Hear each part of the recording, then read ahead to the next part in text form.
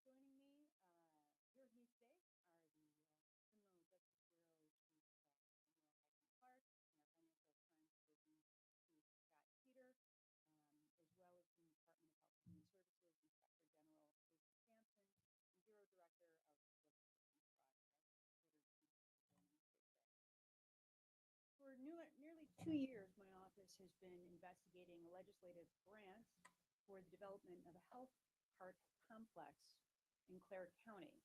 We have charged David Coker Jr. of Clare with several felonies related to his management of this project, including conducting a criminal enterprise. Our office formally filed charges on Monday, May 12th, and Mr. Coker was arrested and arraigned yesterday, May 14th, in the 54A District Court in Lansing.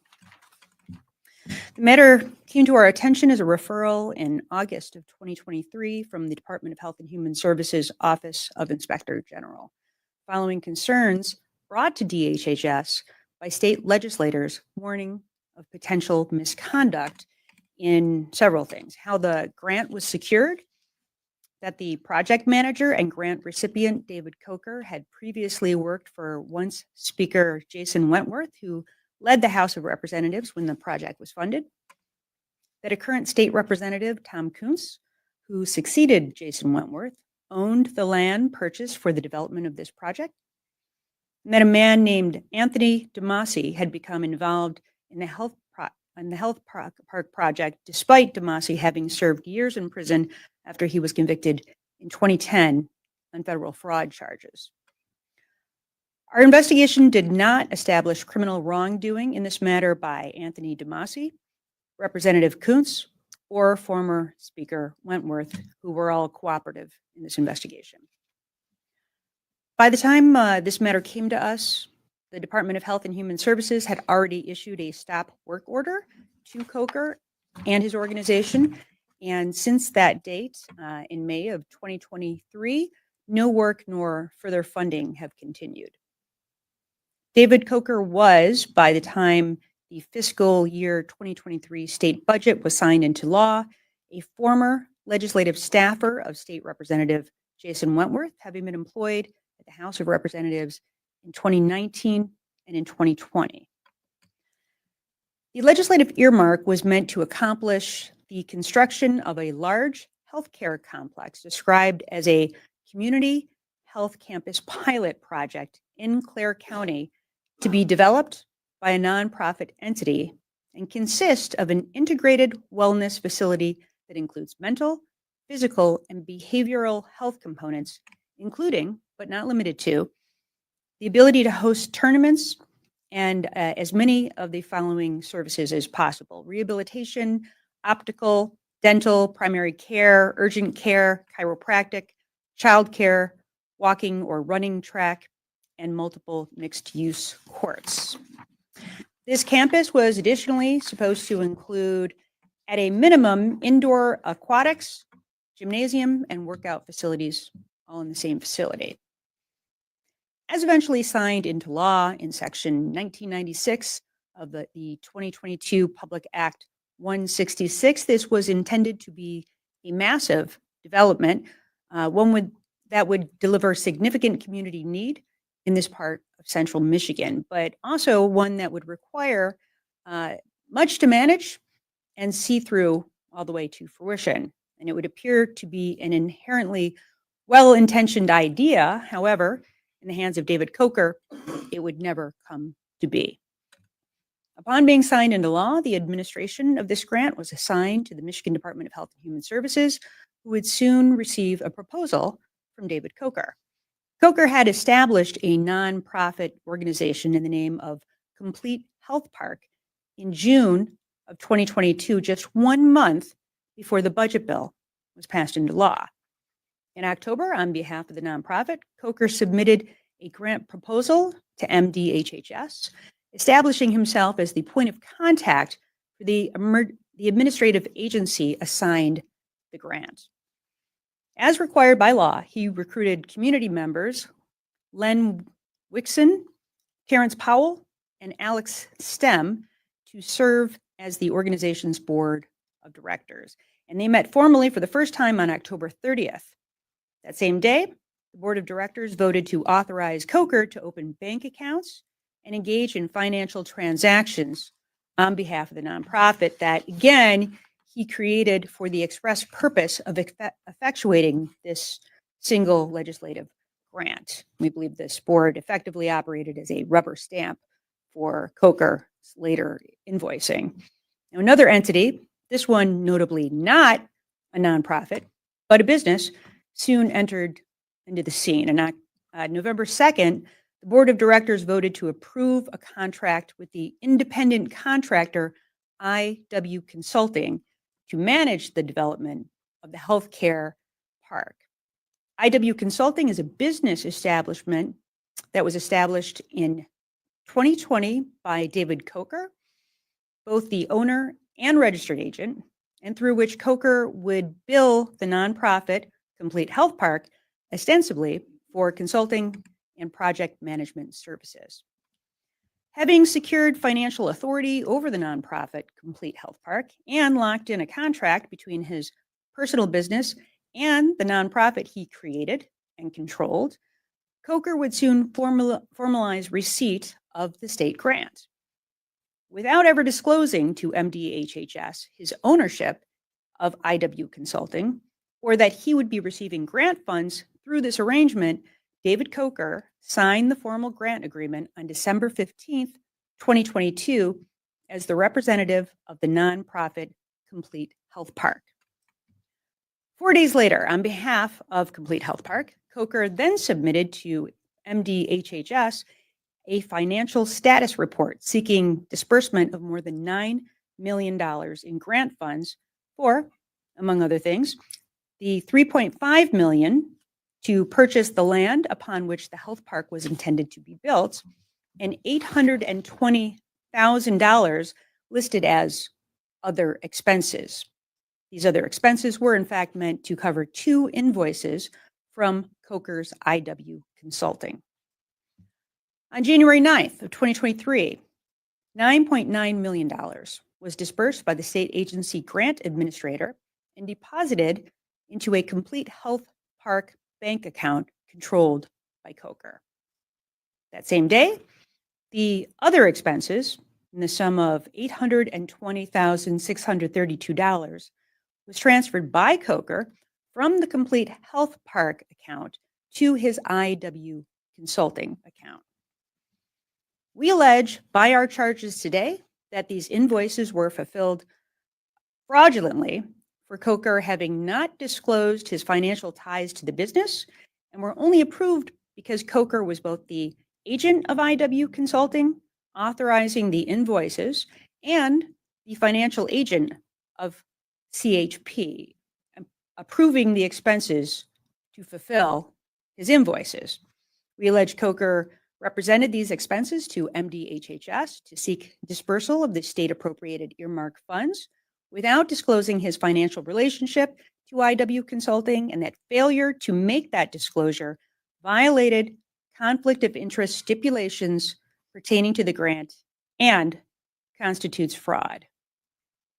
It is our allegation that Coker constructed this arrangement from the very onset to be the financial agent of both entities and the representative of the grant recipient to the state agency grant administrator in order to acquire for himself what we allege to be significant stolen sums. Once he transferred the funds from the Complete Health Park account to the IW Consulting account, he began emptying the business account into his own personal accounts, and very soon began paying off his personal debts and making extravagant purchases with that money, such as 4 vehicles, including a 2023 Honda ORV and a 2024 Chevrolet Trax, over 70 silver, gold, and platinum bars, eagles, and rounds, at least 50 rare coins, and a few literal silver bullets, firearm accessories, and more. With that, David Coker Jr. was arraigned yesterday in the 54A District Court on the following charges: conducting a criminal enterprise, a 20-year felony; 1 count of larceny by false pretenses in the amount greater than $100,000, a 20-year felony, for submitting to MDHHS the financial service report seeking grant dispersal to cover IW Consulting invoices totaling $820,000 without disclosing his ownership of the contracting firm. 2 counts of larceny by false pretenses, an amount greater than $100,000, for submitting each of 2 invoices on behalf of IW Consulting to the Complete Health Park nonprofit. 2 counts of embezzlement by an agent, more than $100,000, 20-year felony, for his acquisition of the grant funds as an agent of Complete Health Park nonprofit through each of the 2 IW Consulting invoices that were approved on behalf of Complete Health Park. And 1 count of safekeeping of public monies, a high court misdemeanor punishable by a term of incarceration up to 2 years in duration.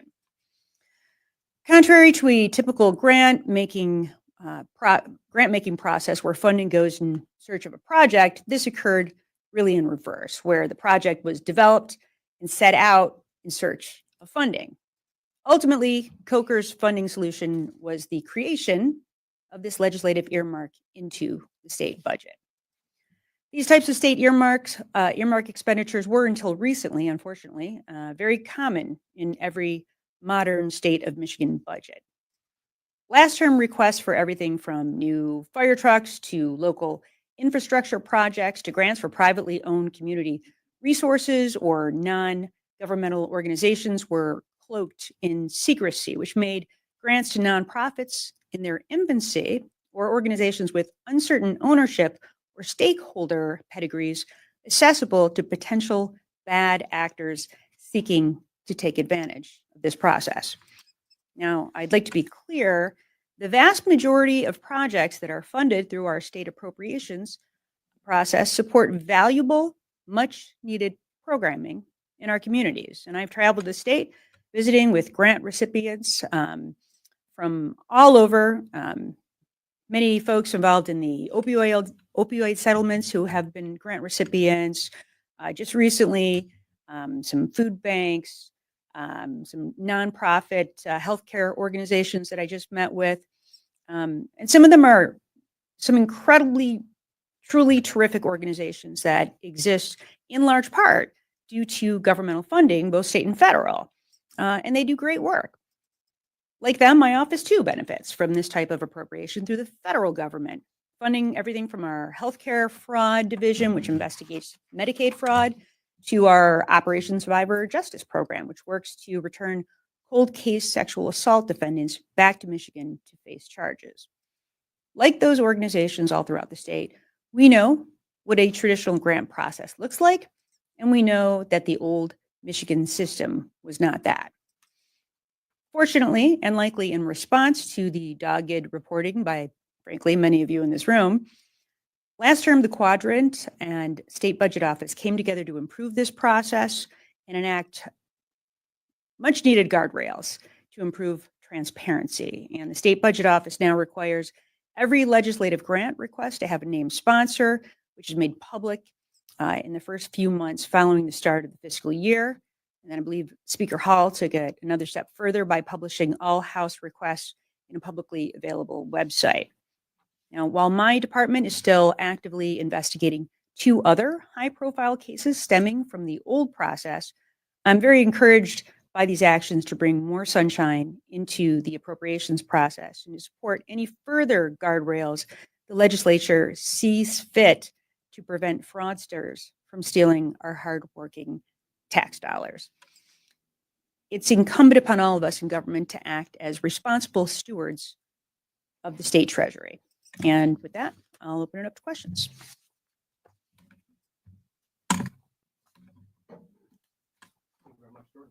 Jordan Rooney, Bridge, Michigan.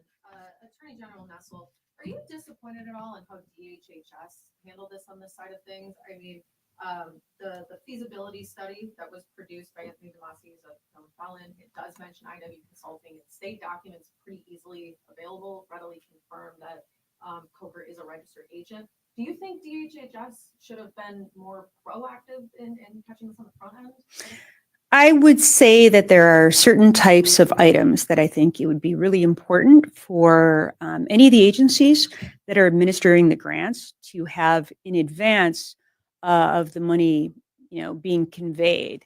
And one of the things I will say, for instance, is, I was concerned that there was no appraisal of the property and that $3.5 million was paid out for property that, you know, could it have exceeded that value? Possibly. Could it have been far less than that value? But this is state tax money. So if you're going to pay $3.5 million for a certain number of acres, should there not at least be an appraisal of some sort? Those are the types of things that I think I'd like to see.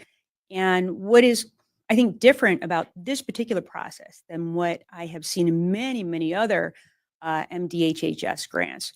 Typically, when I go around the state and I talk to people who are seeking these grants, they actually have complaints that are um, diametrically in opposition to what we see here, which is that it's too hard to get the money. That first they have to spend the money, and then later they have to seek, disbursement of the money to reimburse themselves, and that's a very difficult process. And I've actually had a number of nonprofits say sometimes they don't seek those state funds at all because it takes so long for them to receive it.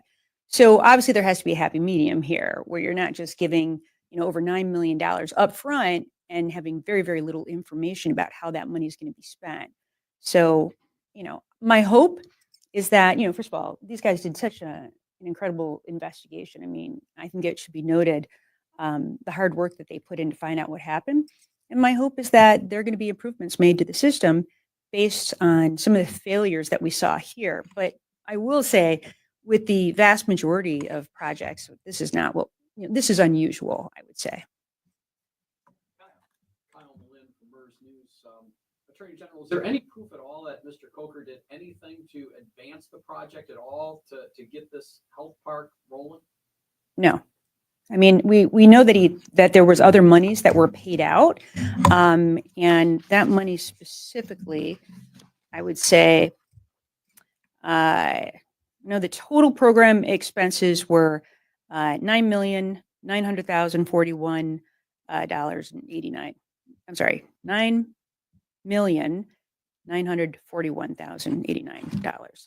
So those were the total program expenses that were paid out, and we know that the 820,000 or more that went directly to Coker. But in addition to $3.5 million for the property, you had capital expenditures and equipment that was about $5.4 million. Not all of that has been spent at this point, correct? And it's being held is in escrow. Is it being held right now? Okay. And that was to pay off somebody who was a draftsman for the plans or an architecture. Construction company. Yeah, So there were some people who got paid outside of Mr. Coker for this project. correct. Is the property purchased then?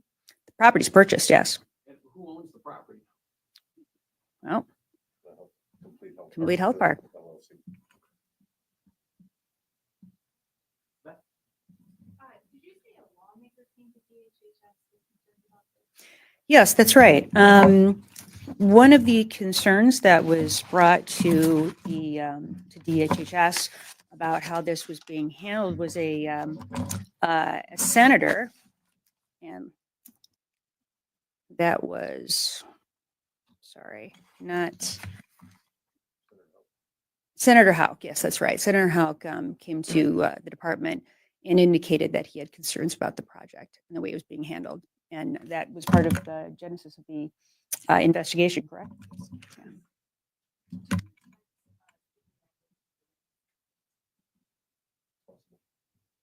It's possible. Yeah, Sheldon. Sheldon Cross, 910. Just wondering if you're able to share anything. Just a question there about Speaker Wentworth. Just if you're able to share anything about what you found about the role and also Representative Thompson's So as we indicated, we didn't find any evidence of criminality. I would suggest that none of it looks very good. It looks bad that a project went to a former staffer of the speakers. We don't have any evidence that Mr. Coker had the requisite qualifications for a project of this type, and that under normal circumstances, if you were bidding out the project and you had a number of different entities that were bidding on this, would it have gone to somebody like Mr. Coker? I doubt it.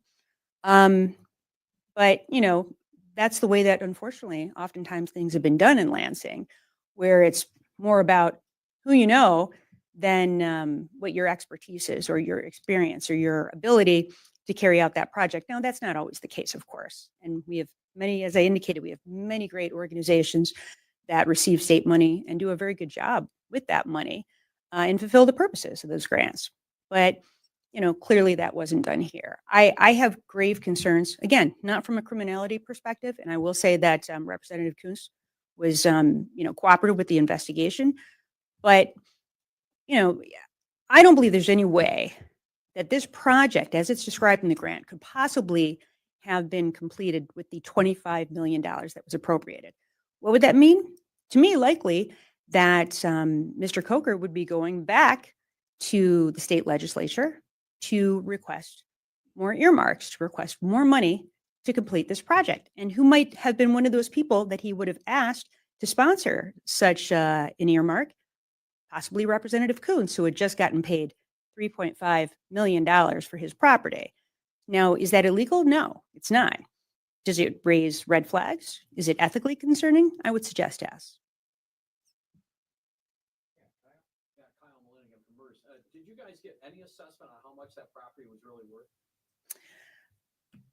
I know we did some preliminary investigation into that. There was no appraisal, obviously. There were prior sales, and that's of parts of that property was part of a larger parcel that were $50,000 an acre in 2018, 2019.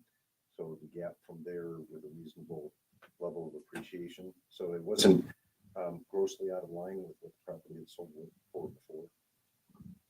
I have one more question if I could. So then is $9 million then the official amount of money that you believe was squandered here? Well, when you say squandered, again, to me, there's the hope that there's remaining money that we may be able to get back that is still in the hands of some of the individuals who were paid but then did not complete whatever portion of the project was, part of their contractual obligations. But at this point, in terms of money that has been paid out, yeah, what is it, about 9.9 million? Yeah, just to follow up on it, is there a way to get kind of just a full accounting of how much money the state could potentially get back? Could you get the land back? Well, I will say this, and we'll get to that in a second. We did execute a number of search warrants on, for instance, the vehicles. So we intend to have those be a part of the criminal asset forfeiture in the event that we're able to successfully, convict Mr. Coker and to be able to prove that, there's a nexus between that property as ill-gotten gain from part of this conspiracy. In terms of the money that's outstanding or the property, Scott, do you have an idea of exactly how our department would like to handle that to try to reimburse the state for the money we're out? Yeah, initially, that's going to be the responsibility of the grant administrator, the HHS, through their attorneys, which would be us, not my part. Right. They're flowing in other divisions. So we have other attorneys, and this is not, the first time that we've been asked when you see money that apparently has been misappropriated for us to try by civil means to sue that entity and to get that money back. I would argue there's some element here of restitution as well. So I think it would, to make a good faith effort to get, at least this money, or not, at least the land in the back into the hands of the state, so that the state has ownership of it, would be reasonable. Yeah, Rick. Did you say there were 2 other investigations? Correct. One involved a grant that involved Global Link and Febe Dune was the recipient of that. So that case is outstanding. Another one involves an aerospace project. And the recipient is an individual by the name of Gavin Brown. We have not completed those investigations yet.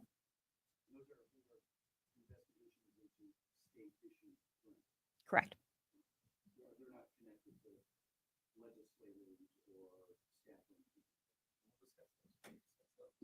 Yeah. Well, when we complete those investigations, we can more fully respond to your questions.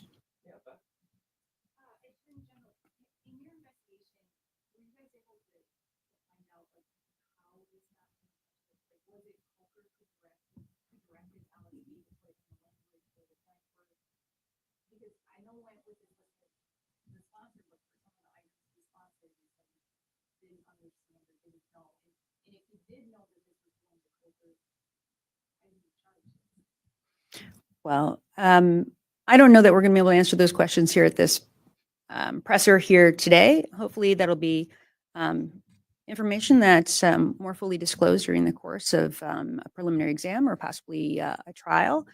But I will say that there is a component of intent and knowledge. And in order to charge other individuals, you really have to be able to say that you knew for certain that Mr. Coker intended to misappropriate this money.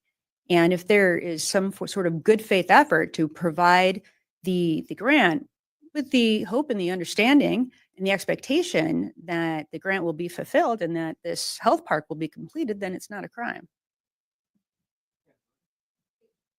Jordan Hermey, Bridge, Michigan. I do just want to clarify it. So the charges here today mean that the investigation or probe is complete, or is anybody else or anything else still potentially under investigation with respect to this report? No, we've completed our investigation. Sheldon? Sheldon, I think it was great that the spring is definitely this out, but this is the third spring time in a row where there's been some, kind of high profile Lansing related, potential political corruption / funding case. I guess just kind of your thoughts on sort of what that reflects on the political culture kind of Michigan and Lansing. Well, I've made no secret of the fact that I'd like to see a number of new laws put into place, right? I was an advocate of the many legislative components of the BRIGHT Act. I testified in response to that, I believe it was last year. And certainly, I think that these changes that were made by the State Budget Office, by the House and Senate, their appropriations committees, were much needed. And to me, of the many things that we can do here at the Department of Attorney General, of course, we investigate and we prosecute cases of financial fraud and misappropriation of state tax dollars. But my hope always is to, in demonstrating what happened here and what went terribly wrong, that we learn from it and that we make the system better. And then again, that we be the best stewards possible of our state tax dollars and we respect our state taxpayers by doing that. And I really do think that the investigation of these cases, and really, credit where credit is due, some of you in this room did some pretty incredible work, I think, in terms of investigating yourselves some of these cases and splash them in on the front page of your outlets so that people became aware of it and demanded change. And I think many of those changes occurred. And there are some of the things I know that they now have in terms of oversight of the budget that had they occurred, it's just much less likely that anything like this would have ever happened. And again, there's a list of changes in the boilerplate language for this. Requiring a legislative sponsor to be disclosed in order for the grant to proceed, December deadline to submit legislative sponsorship documents to the state budget office, required grant documentation to be posted online by March. And SBO also made grant information available, I believe, prior to that, encouraging SBO to put it out in a single website, empowering the appropriate state agency to withhold or pause a grant for any impropriety by a grantee. applying these transparency requirements to earmarks across every general fund budget instead of just the enhancement grants. That's a key change to ensure previously hidden earmarks have to be disclosed. And I think this one really hits home for this case, explicitly limiting grant recipients to public entities and nonprofits properly registered for at least a year. And that's kind of a big deal. It's inexplicable to me that you would have some of these LLCs that seemingly, just come into being days, weeks, or a month prior to the appropriation being signed into law. I mean, to me, that's pretty obvious in terms of, you are putting together this company or this nonprofit purely for the reason that you're going to be receiving an earmark, as opposed to a longstanding organization who's done good work for many, many years. And usually that's what we're used to here. When we get, say, DOJ grants, is because we have a proven track record. First of all, we're the Department of Attorney General. So we've been around for a really long time. People don't have to be like, what's that? And we have a track record. We can show the work that we do and why any funding that we're seeking through a grant would further the mission of whatever that particular unit of the office is. But seeing how it was done here, where you have, again, this organization doesn't even exist. They have no track record. They can't show that they've done anything in terms of major projects that have been successful of this kind or really any kind at all. I mean, that is a major red flag. And so I was very glad to see that this was added to the SBO process. Apologies for the late start. I have time for two more after I take time. All right. Was Mr. Coker cooperative in the investigation? I mean, he didn't flee the state. So Did he sit down with an interview with you all? Or was he cooperative during the interview process, like Representative Coots and Representative Wentworth were? Can you answer that, Scott? No? All right. Yeah, it's right. He's presumed innocent unless convicted in a court of law, proven guilty beyond a reasonable doubt. So, Thank you. No. I was just curious if you were at all able to share when Senator Houck, you said, approached you about concerns over this. You able to share sort of what his concerns were, what prompted him to Yeah. ask you about To be fair, he didn't approach the Department of Attorney General. He did approach DHHS to talk about his concerns. I don't know if there's anything more you want to say in regard to that. Yeah, I would only say, I believe from my review of the case that he intended to be helpful and he had genuine concerns, and I appreciate that. All right, and we'll close it out with that. Attorney General, in court yesterday, when you were reading the charges against Coker, they said something to the effect that he received $820,000 for consulting services he could never have completed. I guess what led you guys to that conclusion? For the billing period, if you go from when the grant started to the grant time that bill went in, it's physically impossible to complete that amount of work. So for like the 2 week period. Yes, you can't bill $820,000 in 2 weeks. All right, thank you all very much. We will be having a digital press release out. I always say a time ago, we want to take us every day. I'm not going to do that to you that time, but it will be out. We're ready now. Thanks, Thank you everybody. very much.